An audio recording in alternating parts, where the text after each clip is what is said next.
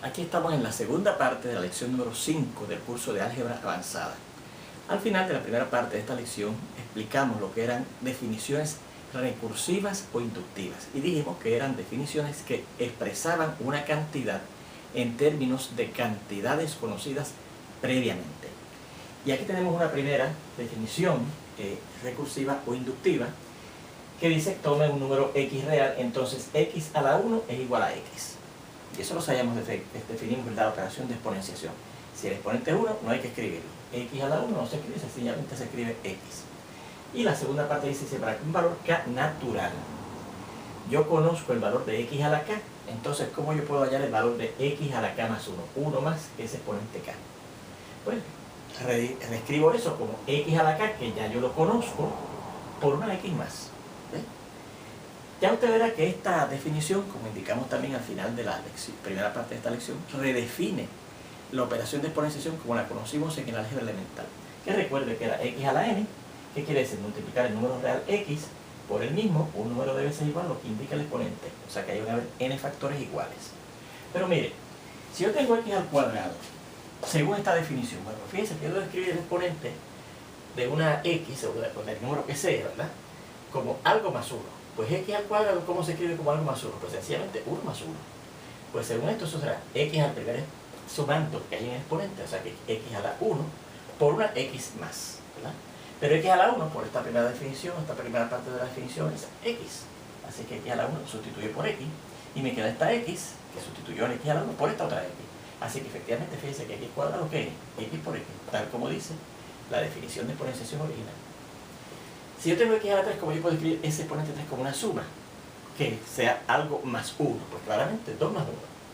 Así que, una vez lo tengo escrito así, pues yo digo, pues eso será el x al cuadrado, ¿verdad? El x a la k primero, multiplicado por una x más.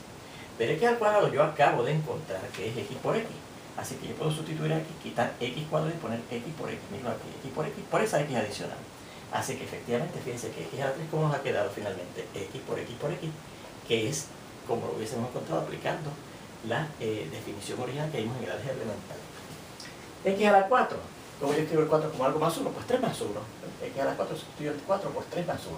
Así que por esta definición, nuevamente, será el x al primer sumando en el exponente, el x a la 3 por una x más, ¿verdad?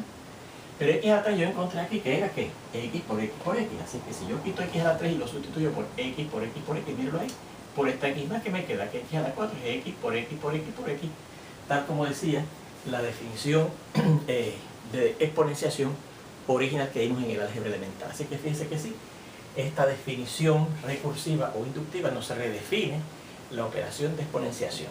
Fíjense que en general, si usted tiene x a la 9, pues usted lo que pensar es, bueno, pues x a la 9 lo escribir como x a la 1 menos, que es 8, por una x más. ¿Cómo será que escribo x a la 18? Pues x a la 1 menos de 18, que es x a la 17, por una x más. Y eso fíjense que es lo que estamos haciendo aquí, ¿verdad? X a la 1 menos el exponente que le dan por una x más. Así que usted puede reescribir esas operaciones de exponenciación usando esa definición, y que a la larga, claro, le va a dar lo mismo. La x multiplicada por ella misma, un número de veces igual a lo que indique el exponente original. ¿Okay? Bueno, pues esa definición nos ayuda a demostrar unos teoremas adicionales que vamos a ver ahora, específicamente este. Mire, demuestre, nos dice, x es un número real y m y n son dos números naturales. Entonces x a la m por x a la n es x a la suma de m más n. Y usted dirá, bueno, pero eso lo vimos desde el álgebra elemental. Efectivamente, esa ley de exponentes la dimos y la hemos usado a través de los cursos de geometría, de álgebra intermedia y de este curso también de álgebra avanzada. Pero aquí le dice cómo se va a probar eso formalmente. Fíjense que en el álgebra elemental, si usted va a la lección donde vimos las leyes de exponentes, vimos una demostración allí bastante intuitiva y que se podía aceptar como cierta, ¿verdad? Usando la definición de suma, etc. Y nuevamente la definición de exponenciación. Pero aquí vamos a ver la demostración formal de ese teorema, porque la demostración formal requiere de la inducción matemática, porque fíjense que depende de números naturales. Fíjense, como dice aquí, este teorema de hecho depende de dos números naturales. Y usted dirá, bueno, ¿cómo yo voy entonces a bregar con esos dos números naturales? Pues fíjense lo que usted va a hacer. Vamos a fijar uno de ellos. O sea, yo voy a fijar el exponente m. Y usted dirá, bueno, pues entonces lo voy a probar para un exponente un valor de n, no. Porque fíjense que m puede ser cualquier número natural, puede ser 1, después puedo coger 2, después puedo coger 3, después puedo coger 4, etc. ¿verdad? X a la m lo dejo fijo, una vez lo coja lo dejo fijo, pero puede ser cualquiera de los x a cualquier número natural, ¿ves? Así que ahí está incluido todo ello. Y entonces uso la n como la variable que es a la cual le voy a aplicar la inducción matemática, ¿no? Vamos a ver, así que eso es lo que estoy indicando aquí, ¿ves? Que para aclarar eso de que a pesar de que son dos números naturales, es sobre uno al cual yo le voy a aplicar la inducción matemática, ¿verdad? O sea, cuando valga 1 y cuando valga k si es cierto, ver que entonces es cierto si vale k más 1. El otro lo dejo fijo, pero usted dirá, no es uno solo, son todos también, porque una vez los coja, lo dejo fijo, pero puede coger cualquiera, así que para todos también. Bueno, pues eso es lo que indico aquí, ¿verdad? Que vamos a dejar la n fija y vamos a aplicar la inducción matemática a la n. Así que lo primero que vamos a hacer es ver que el teorema es cierto si la n vale 1, ¿verdad? O sea, que yo tengo el problema siguiente, x a la m, ¿verdad? Por x a la 1. Pero x a la m por x a la 1, según esto, x a la m por x a la 1, que quiere decir x a la m por x, ¿verdad? Pues según esto será x a la m más 1, ¿verdad? Eso por la parte I de esta definición, ¿se fijan? X a la m por x a la 1 es lo mismo que x a la m a la k por x, ¿verdad? Así que esto dará x a la m más 1. Así que efectivamente el teorema es cierto si la n vale 1, ¿ves? X a la m por x a la 1 es x a la m más el exponente 1. Así que el teorema es cierto si la n vale 1, ¿ves? Segundo, vamos a suponer que el teorema es cierto si la n vale k, un cierto número natural, y vemos que eso implica que el teorema es cierto para el número que le sigue a k, que es k más 1, ¿verdad? El número sucesor o consecutivo de k. Esto es nuestra hipótesis de inducción, es que x a la m por x a la k efectivamente es x a la m más k. O sea, si cuando la n vale k, x a la m por x a la k es x a la m más k. Yo voy a suponer que es cierto eso, ¿verdad? Cuando la n vale k. Y quiero ver que va a ser cierto cuando la n valga k más 1. O sea, que x a la m por x a la, en vez de n, k más 1, va a dar x a la suma de este exponente, el primero, más el segundo exponente, que en este caso va a ser k más 1. ¿Ves? Bueno, pero esto que tenemos aquí, x a la m por x a la k más 1, según esta definición, el x a la k más 1 yo lo puedo escribir como x a la k por una x más, ¿verdad que sí? O sea que fíjense que de aquí a aquí lo que hice fue sustituir lo que es x a la k más 1 según esta definición que hemos dado aquí. Pero entonces, aquí tengo, fíjense, la multiplicación de tres números reales, de los cuales tengo estos dos agrupados. Pues yo puedo, por la ley asociativa de la multiplicación, agrupar de otra manera. Y agrupar primero x a la m por x a la k, que fue lo que hice aquí, por esta x adicional. Pero entonces, fíjense que lo que está aquí es nuestra hipótesis, el lado izquierdo de nuestra hipótesis de inducción, que dice que x a la m por x a la k va a ser, yo sé que va a ser cierto, pues estoy suponiendo que es cierto, que es x a la m más k, ¿verdad? X a la m más k, por esta x adicional. Pero entonces, otra vez, si aplico esto, si yo tengo x a la algo por una x más, eso es el x a la primera algo más el 1, ¿verdad? Así que x a la m más k por esta x adicional será x a la este primer algo, m más k, más 1, ¿verdad? Más 1.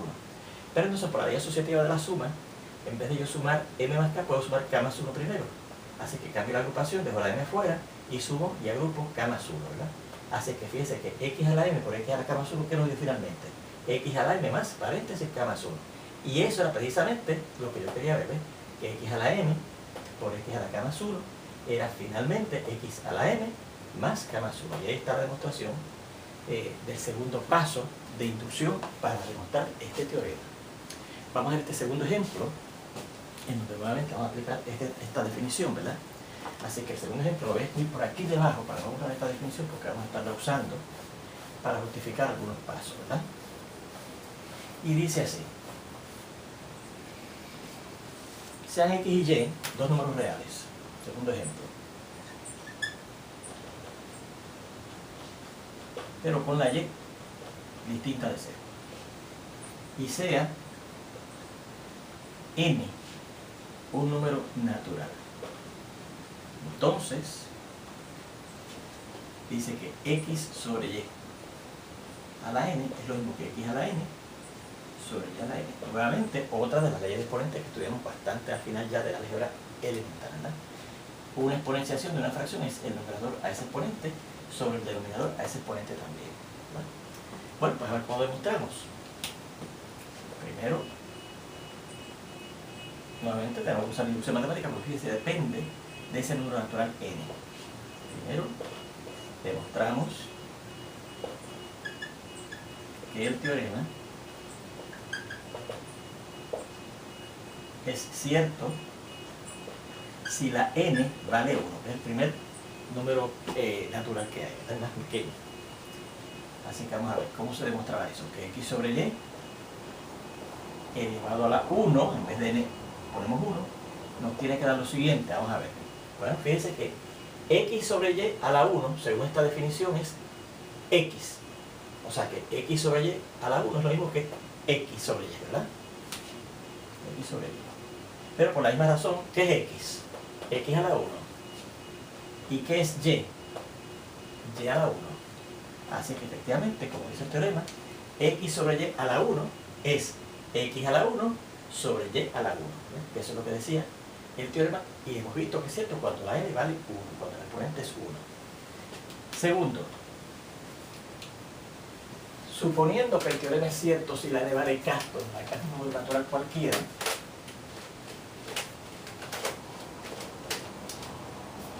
suponiendo, segundo,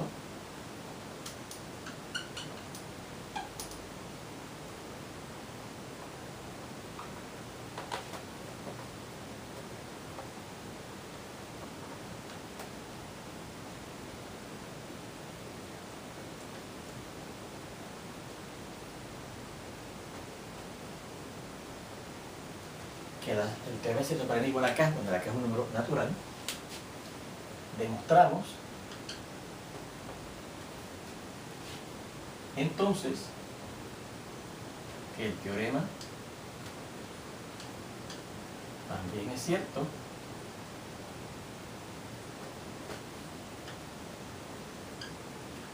para el número natural que le sigue a k, ¿okay? El sucesor consecutivo de k más 1. Esto es nuestra hipótesis de inducción es que si yo tomo x sobre y y lo elevo a la k, eso me va a dar x a la k sobre y a la k. O sea, yo supongo que el teorema es cierto si la n vale k. X sobre y a la k va a ser x a la k sobre y a la k. Y queremos ver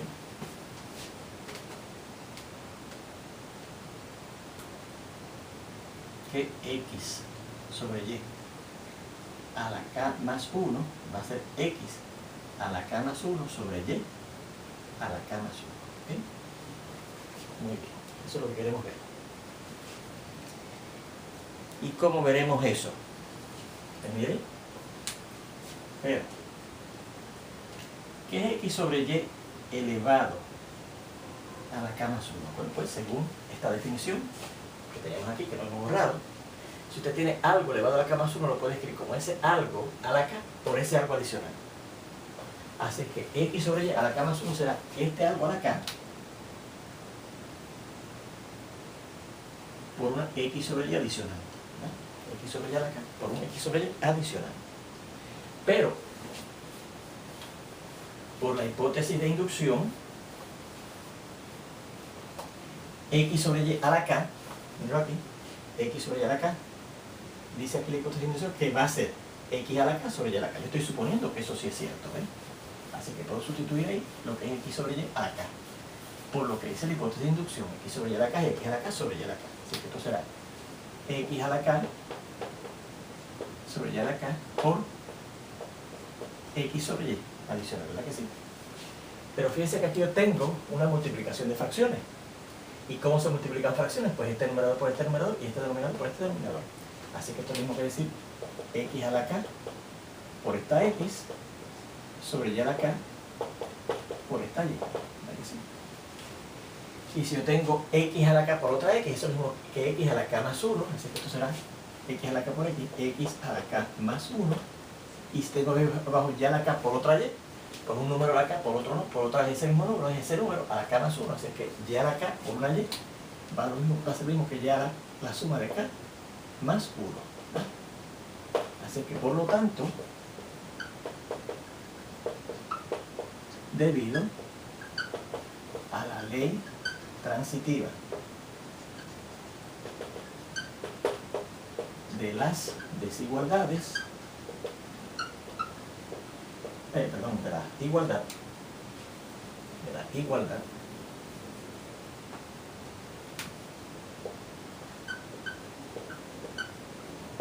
vamos a ver, si este primer número es igual a este segundo número, y este segundo número aquí dice que es igual a este tercer número, y este tercer número dice aquí que es igual a este cuarto número, y este cuarto número dice que es igual a este, pues no se te puede decir que el primero, y sobre x elevado a k más 1, es igual a lo último, x a la k más 1 sobre y a la k más 1. Y eso, fíjense que era lo que queríamos ver, ¿sí? Que x sobre y a la k más 1 es igual a x elevado a la k más 1 sobre y elevado también a la k más 1. Y ahí tenemos la demostración de este otro teorema, que es otra de las leyes de exponentes que usted conoce desde el álgebra elemental. Y fíjense que hicimos uso de esa definición recursiva. Bueno, vamos a ver ahora lo siguiente. Vamos a definir lo siguiente. De hecho, ahora vamos a ver un tópico dentro de este tema de las inducciones matemáticas que se llaman sumas y multiplicaciones.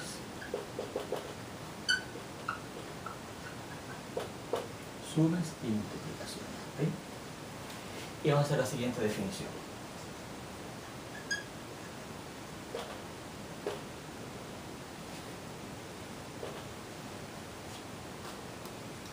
Dice sea A mayúscula el siguiente conjunto, compuesto por los siguientes elementos: A sub 1, A sub 2, A sub 3, etcétera, hasta A sub n.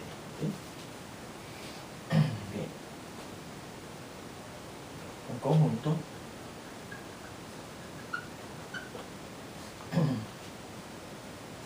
de elementos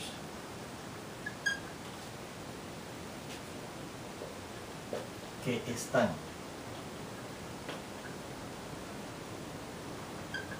ordenados, ¿ok? Un conjunto de elementos que están ordenados. O sea que es importante que el primer conjunto es el que aparece ahí, el segundo es el que aparece aquí, el tercero es el que aparece aquí, etcétera, hasta que el que aparece en la posición número n es el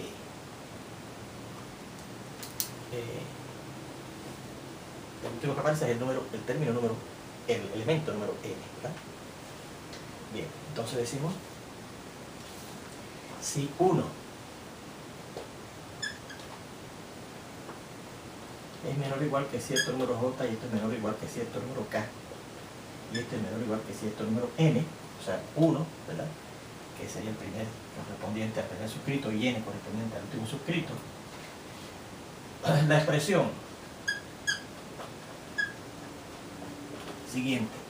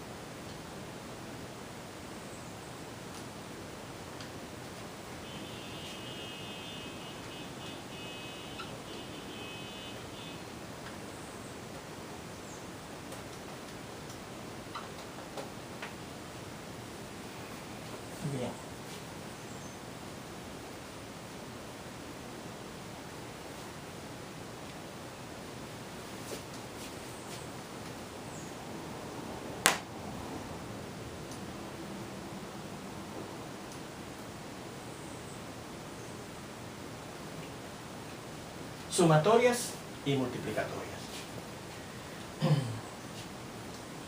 Fíjese, dice, cójase un conjunto A, ¿verdad? Empezamos con un conjunto A, como les indiqué, compuesto por esos elementos que es importante que se mantengan en ese orden, el primer elemento, el segundo, etcétera, etcétera. Un conjunto de elementos que están ordenados. Si uno es menor o igual que cierta variable J, y eso es menor o igual que cierta variable K, y es menor o igual que cierta variable N, la expresión sumatoria, que de hecho se lee sigma, de A sub I, y yendo desde J hasta K, ¿verdad?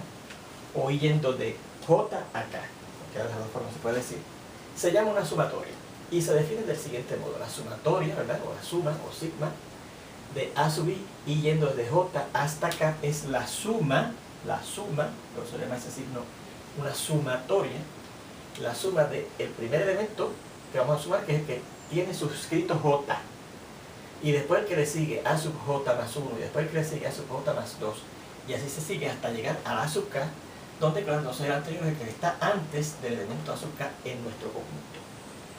Si usted tiene ahora un número J que va desde 1, ¿verdad? Menor o igual que J, menor o igual que K, menor o igual que N, la expresión esa que está ahí, leída pi, porque esa es la pi mayúscula, ¿verdad? Griega mayúscula, de A sub N, y yendo desde J hasta K, o de J a K, como dijimos en el primer caso, como quiera, por eso lo puse de dos formas, de tanto a tanto, o desde tanto hasta tanto, ¿verdad? Se llama una multiplicatoria. ¿Por qué? Porque esa expresión dice, usted va a multiplicar lo que aparece aquí, ¿verdad? Va a multiplicar los A sub I, estos que están aquí, también estos A sub I, perdón, A sub I, empezando con el J, o sea, el término número J, A sub J, multiplicado por A sub J más 1, multiplicado por que sigue, y así se sigue multiplicando hasta llegar a multiplicar por el término número K en ese conjunto, ¿verdad? Y claro que estará antes el que va previamente al término, el factor K sub 1, ¿verdad? Perdón, K, el que está antes es A sub K menos 1. Bien, y si a usted le interesa, fíjese que entonces aquí esta sumatoria y esta multiplicatoria estoy definiendo para varios números en el conjunto, de plan de J hasta acá, ¿verdad? Pero si a usted le interesa sumar todos los elementos o multiplicar todos los elementos del conjunto, pues dice así: la sumatoria de A sub I, perdónenme aquí, esto es A sub I, y A sub I, y A sub I, A sub I, y yendo, ¿verdad? Ese suscrito yendo desde 1, desde el primer elemento, hasta N, ¿eh? Por eso quiere decir que voy a empezar a sumar desde el primero, no desde el término número J, no desde el elemento número J, y de ahí todo lo que sigue hasta llegar al término número K o al elemento número K en el conjunto, sino que voy desde el primero hasta el último, que es el N, ¿verdad? Los sumo todos. Y si ya usted sabe que van a sumarlos todos, si quiere escribirse la sumatoria sin indicar lo que sean los límites de la sumatoria, ¿verdad? Porque quiere decir va a sumarlos todos.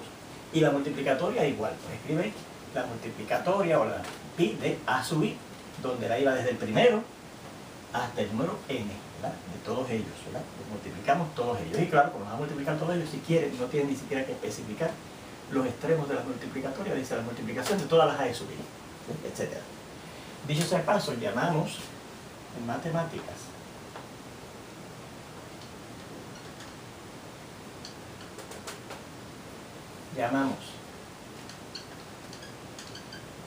a signos como sigma y pi unos operadores.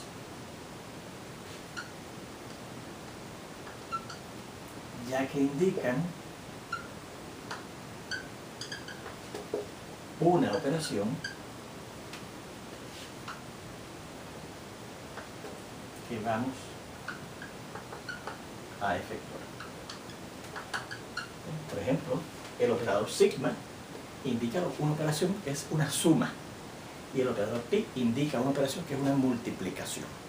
Bueno, pues con esta definición, ¿verdad? Y la explicación de lo que significa, vamos a ver ejemplos que nos ilustren de lo que estamos hablando en la siguiente lección. Hasta entonces.